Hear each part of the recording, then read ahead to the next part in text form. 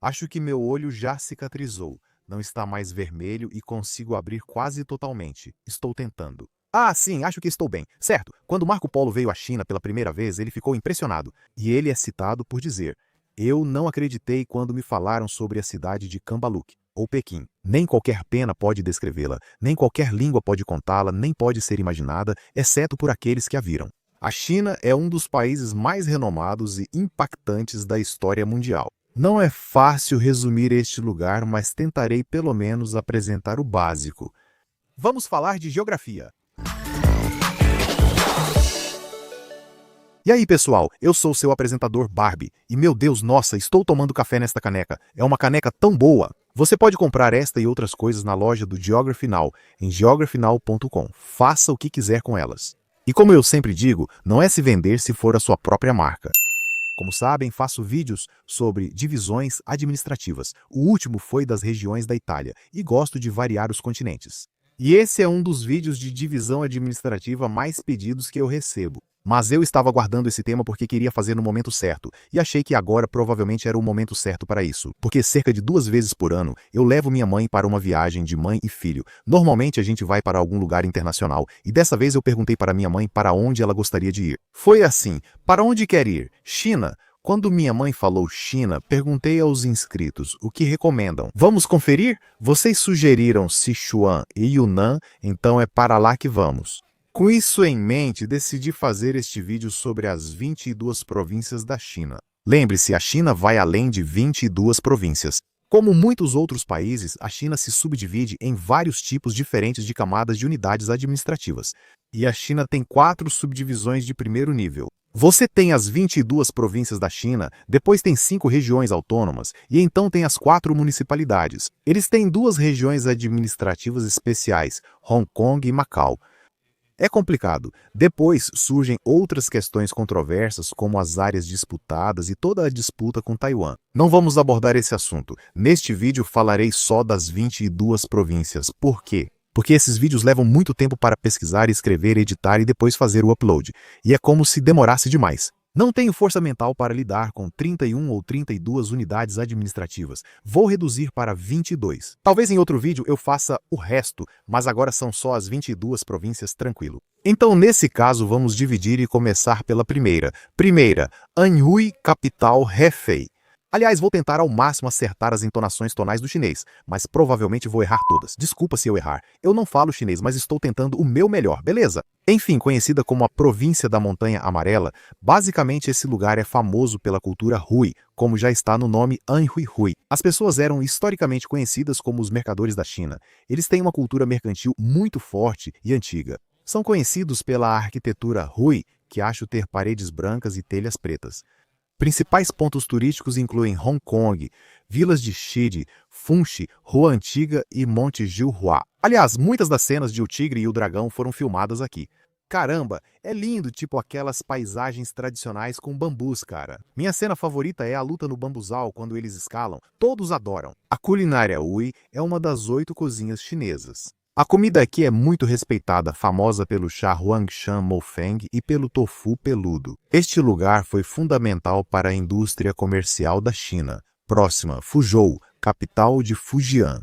Este lugar é chamado Terra dos Chineses Ultramarinos, porque muitas pessoas daqui acabam emigrando para outros países, principalmente os povos Hokkien e Ming. Eles têm sua própria língua, dialetos, e muitos deles no exterior também levam a cultura Hokkien. Por exemplo, você pode encontrar muitos deles no Sudeste Asiático. Eu sei que há muitos nas Filipinas. Uma coisa que você provavelmente já ouviu falar sobre esse lugar são as casas Tulo, aqueles grandes edifícios circulares de barro. São patrimônio da Organização das Nações Unidas para a Educação, a Ciência e a Cultura, e aparecem em muitos filmes chineses. Foram construídos assim para resistir a bandidos. Algumas delas podem abrigar mais de 300 pessoas e ainda há pessoas morando nelas. Eles também têm as ilhas Gulandiu, a montanha Wuyi e o porto histórico de Chuanzhou. Curiosamente, é possível ver as ilhas Kinmen na costa, apesar de serem administradas por Taiwan. Isso já é outra história, e a culinária de Fujian é muito notável. Eles têm o prato Buda salta ao muro, omeletes de ostra, chá Wui Hock. Quer conhecer a cultura Hokkien/Min? Venham aqui, próxima parada, Lanzhou, capital de Gansu. Esta era a porta de entrada para as rotas da seda, o corredor de Hexi, ou a rota comercial mais importante do noroeste da China. Aqui você podia se ramificar e seguir vários caminhos. Por ali passava a caravana de camelos pela rota da seda, seguindo para o oeste. Esta é uma província seca e árida, mas há muitos segredos ocultos e incríveis nesses desertos, como as cavernas de Mogal. O Paço Jia Yuguan, local da Organização das Nações Unidas para a Educação, a Ciência e a Cultura, marca o fim da Grande Muralha. Também há as formações rochosas de Changjiedangxia. Parece incrível como se fossem várias rochas coloridas. Também é o lugar onde a China teve seu primeiro local de lançamento espacial. Aqui comem muito cordeiro e carneiro, além de macarrão puxado à mão. Basicamente, este era o cruzamento onde a China se encontrava com a Ásia Central e era um lugar de muita troca cultural entre as duas regiões. Próxima, capital de Guangdong, Cantão. Esta é a grande potência da China. É a mais populosa, com mais de 130 milhões de pessoas, quase toda a população do México em uma província.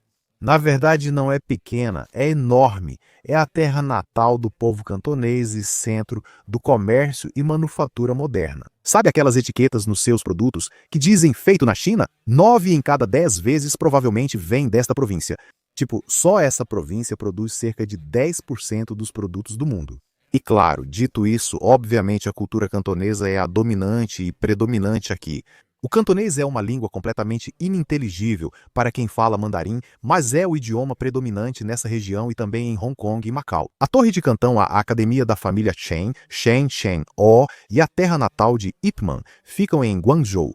Você viu os filmes do Ip Man? São ótimos. Sun Yat-sen. A comida cantonesa é famosa mundialmente. Você já deve conhecer pratos como dim sum, ganso ou pato cantonês. Chazil, porco assado, coração de Cantão, cultura cantonesa. Grande área da China voltada para manufatura, indústria, logística e transporte marítimo. Próxima, capital de Guizhou, Guiyang. Este aqui é como o irmãozinho de Yunnan. Então a China tem 56 povos minoritários reconhecidos dentro do país. A maioria deles é chinesa Han. Eles são cerca de 90% da população. Os outros 10% incluem 55 grupos étnicos. Guizhou é a segunda província mais diversa etnicamente da China. Possuem 17 grupos minoritários reconhecidos, destacando-se Miao e Dong. Dizem que há mais festivais étnicos aqui do que dias no ano. Em alguns dias eles têm vários festivais acontecendo ao mesmo tempo. É uma loucura. Alguns deles incluem coisas como o Festival de Ano Novo Miao, o Festival da Refeição das Irmãs, o Festival da Dança Luchen. Tem muitos festivais aqui. Principais pontos turísticos: Cachoeira Huangguoshu e aldeias étnicas de Kaili e Shijiang. Em Qinglong, há paisagens kársticas incríveis com formações rochosas. Eles produzem motai, um dos licores mais famosos da China, usado em banquetes oficiais. Sim, é uma província muito legal e diversa, com muita tradição desses povos. Próxima, Hainan, capital Haikou. Esta é o Havaí da China, é a ilha, a província insular. E é a única região verdadeiramente tropical da China, com um recife de coral tropical de verdade. A ilha também tem uma cratera vulcânica.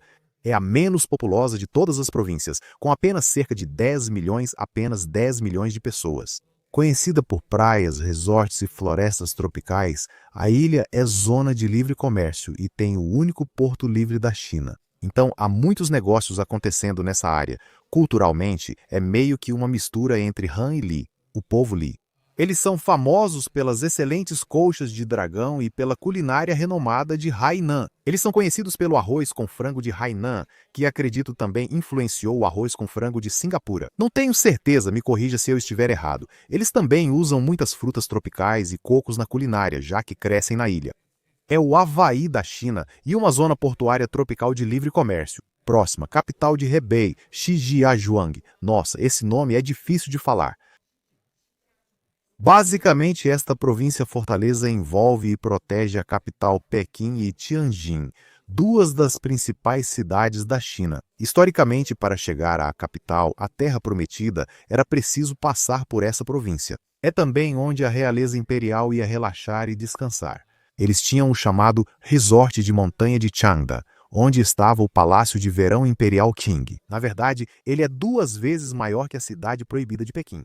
Muitas partes importantes da Grande Muralha estão nesta província. Dizem que as pessoas dessa província levam um tijolo no bolso por causa das grandes indústrias de construção e aço. Muitas figuras militares importantes vieram desta província.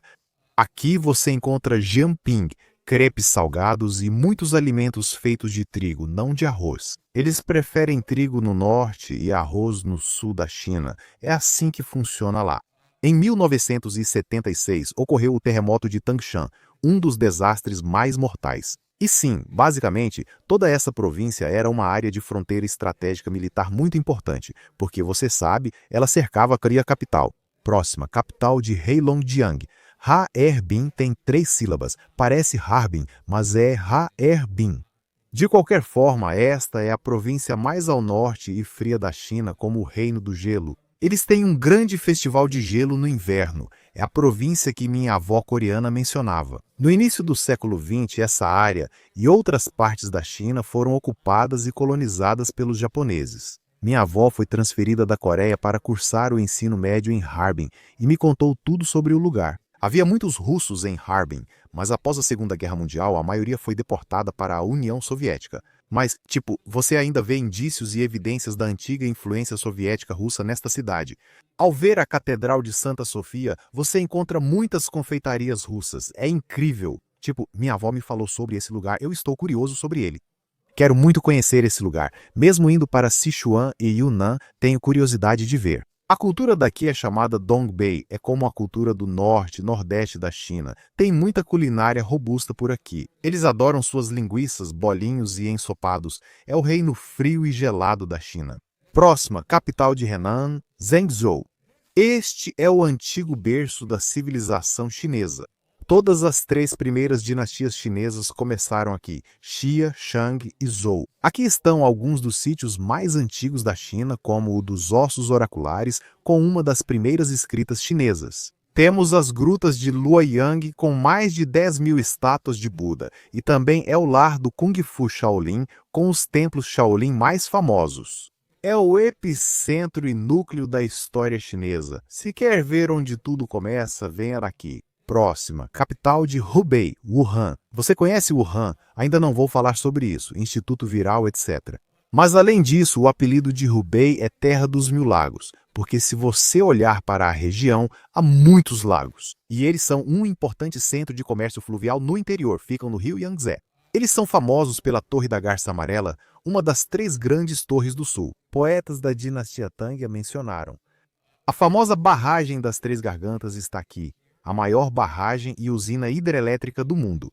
Os locais taoístas das montanhas Wudong e a antiga cidade de Jingzhou são impressionantes. Muitos cientistas e escritores modernos são dessa província.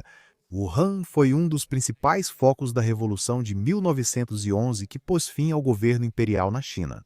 Então, essa é outra coisa pela qual este lugar é famoso. De modo geral, há muita cultura de rio e cultura educacional por aqui. Próxima capital de Hunan, Changsha. Então, se Hubei era a terra dos 1000 lagos, este lugar é como a terra dos 1000 rios, porque é aqui que fica o Lago Dongting. E daí ele se divide em rios que seguem para outros lugares. Importante centro de transporte fluvial, este local é famoso pela área de calcário kárstico erodido de Zhangjiajie. Foi isso que inspirou as montanhas Aleluia no filme Avatar. E a Torre Yueyang, que é outra das 3 famosas torres do sul. Mao Zedong era desta província, e este lugar é famoso pela cultura Xiang, que tem tradições robustas de música e ópera. Berço de muitos revolucionários e também há muita cultura de rio por aqui. Próxima, capital de Jiangsu, Nanquim. Esta é a rica província do leste. Muito comércio e negócios acontecem aqui. Basicamente faz fronteira com Xangai e se você conhece Xangai, sabe que aquele lugar é movimentado. Nanquim foi capital de várias dinastias, incluindo as Jin Ocidental, Jin Oriental e as do Sul. Nanquim foi um lugar muito importante e abriga o mausoléu de Sun Yat-sen, além de vários túmulos da dinastia Ming. Os jardins clássicos de Suzhou são patrimônio da Organização das Nações Unidas para a Educação, a Ciência e a Cultura, assim como a cidade histórica do canal de Yangshuo. Mas eles têm a cultura Jiangnan, famosa por seus artesanatos de seda e porcelana. Jiangnan é famoso pelos jardins, por isso o reconhecimento da Organização das Nações Unidas para a Educação, a Ciência e a Cultura, eles apreciam jardinagem. Também tem a culinária de Jiangsu, famosa pelo arroz frito e pelo caranguejo peludo do lago Yangsheng. É um importante centro político e cultural para a China, próxima capital de Jiangxi, Nanchang.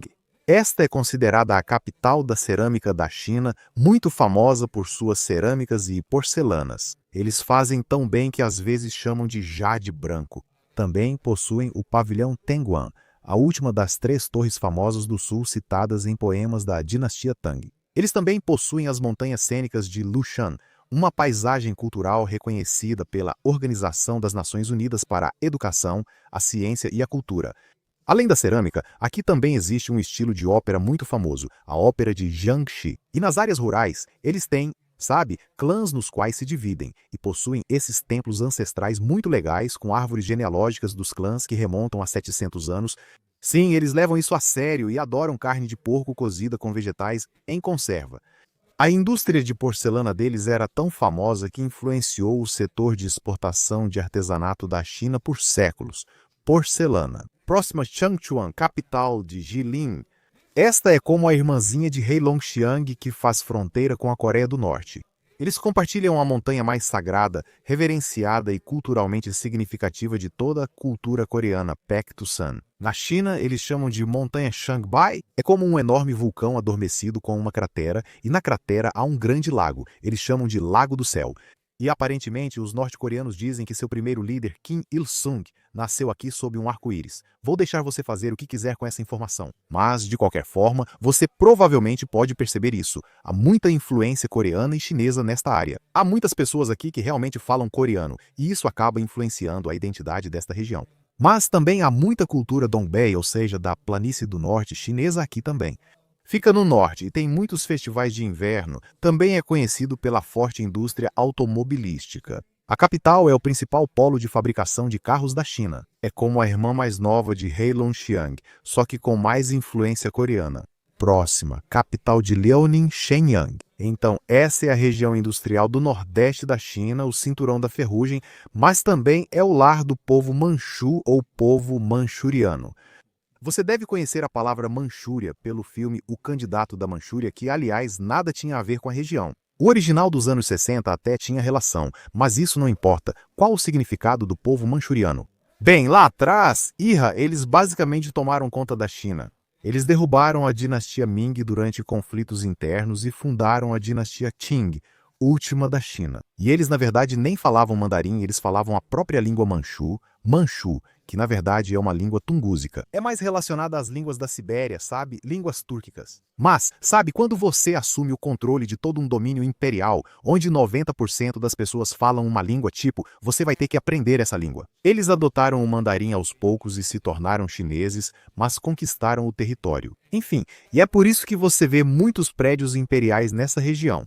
Você tem coisas como o Palácio Imperial de Shenyang ou o Palácio de Mukden. Benxi tem alguns parques geológicos legais, Tailã, a cidade costeira, tem algumas praias muito legais. Essa é a região famosa pelo povo Manchu, que cruzou a Grande Muralha e assumiu o poder na dinastia Qing. Próxima, Qinghai, capital Xining. Esta é a província mais a oeste, até chegar às regiões autônomas mais a oeste. Basicamente, aqui é onde o mundo da cultura Han chinesa começa a se misturar e se fundir com o mundo dos povos do Planalto tibetano.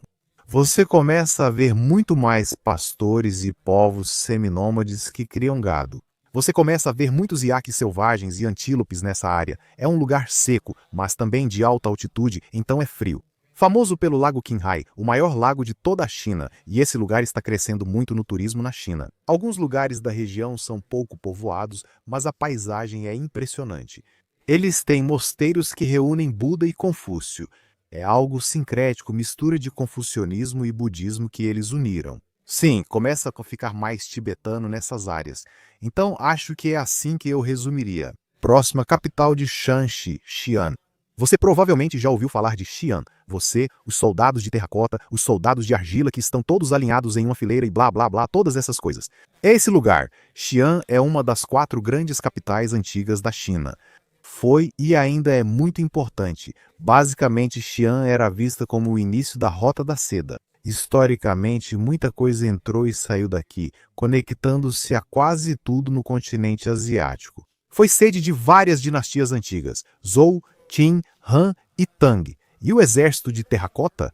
A descoberta só foi conhecida recentemente, após escavações. Foi incrível. Isso ajudou a entender a dinastia Qin. Quando escavaram e descobriram, foi uma loucura com muitos mistérios nessas terras. Além disso, eles são conhecidos pela indústria aeroespacial. Muitos aviões são feitos aqui. Macarrão, gyangbiang e sanduíches estilo Rojiamo. Nunca tinha ouvido falar disso, beleza? E bolos espelhados. Tem muita herança culinária aqui também. Eles têm as antigas muralhas, a pagoda do ganso selvagem e o Monte Hua. Se você não vai para Pequim, pode muito bem ir para Xi'an, porque é uma cidade igualmente fascinante. Próxima, capital de Shandong, Jinan. Este é basicamente o local de nascimento de Confúcio, a cidade chamada Khufu. Em Khufu, você verá vários templos, mosteiros, cemitérios e até a mansão de Confúcio. Todos são patrimônios da Organização das Nações Unidas para a Educação, a Ciência e a Cultura, como se fosse a província de Confúcio. Mas também tem uma forte base marítima e agrícola. Eles são da costa, como a cerveja Tsingtao, fundada por alemães em 1903. Na verdade, ela é daqui. O confucionismo tem papel essencial na cultura local e se espalhou amplamente pela China, sendo muito importante. Próxima, capital de Shanxi, Taiwan. Então, isso era meio que o centro financeiro histórico da China antigamente. Tipo, os primeiros bancos chineses realmente vieram daqui.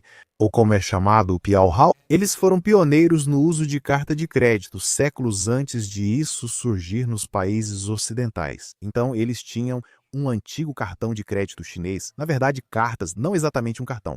Também há sítios antigos legais, como a cidade murada antiga de Pingyao, patrimônio da Organização das Nações Unidas para a Educação, a Ciência e a Cultura. Tem também as grutas de Yungang e o Monte Wutai, uma montanha sagrada budista. Falam que os locais preparam 108 tipos de macarrão e o vinagre de Shanxi é muito valorizado. É visto como um dos melhores vinagres da China e costuma ser dado de presente. Este lugar é o centro histórico mercantil e financeiro da China. O pessoal sabia lidar com dinheiro.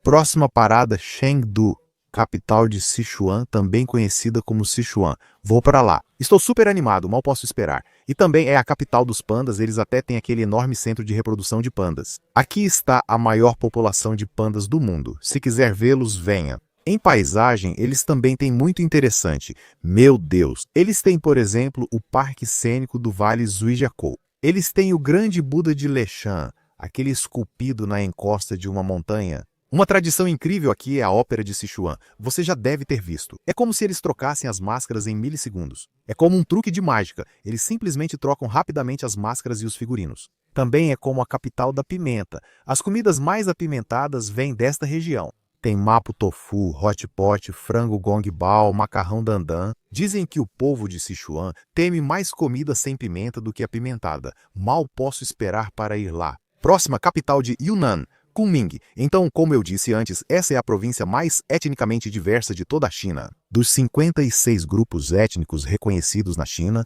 25 estão nessa província. Quase metade de todos eles está nessa província. Incluem Bi, Han, Dai, Naxi, Lisu e Kunming, a capital. Eles têm apresentações frequentes de grupos étnicos, onde você pode ver todos. O local é famoso pelo chá. Alguns dos melhores chás de toda a China são cultivados aqui, especificamente o chá pu'er. Aqui também é incrivelmente biodiverso. A região dos Três Rios Paralelos possui a maior biodiversidade da China. Alguns afirmam que é em toda a Ásia, outros no mundo todo. Tem de tudo, até elefantes asiáticos por aqui. Esta é basicamente a área que meio que mistura a China com o Sudeste Asiático, pois faz fronteira com os três, Myanmar, Laos e Vietnã. Então é como se essas áreas sempre tivessem tido algum tipo de conexão histórica com o Sudeste Asiático, e os povos migraram ao longo do tempo, historicamente. Por exemplo, o povo birmanês descende dos povos das montanhas de Yunnan, que migraram para o sul. Sempre houve conexão entre o Sudeste Asiático e essa área.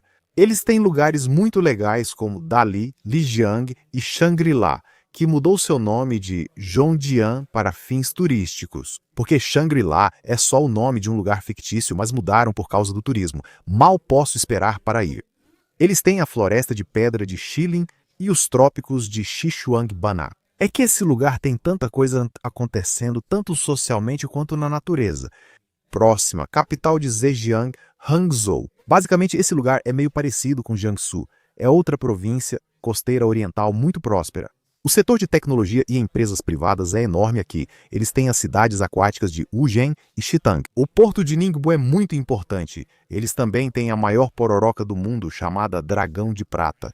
Basicamente, é como uma onda que sobe correndo pelo rio Qitang. Você já deve ter visto vídeos disso, a onda só continua.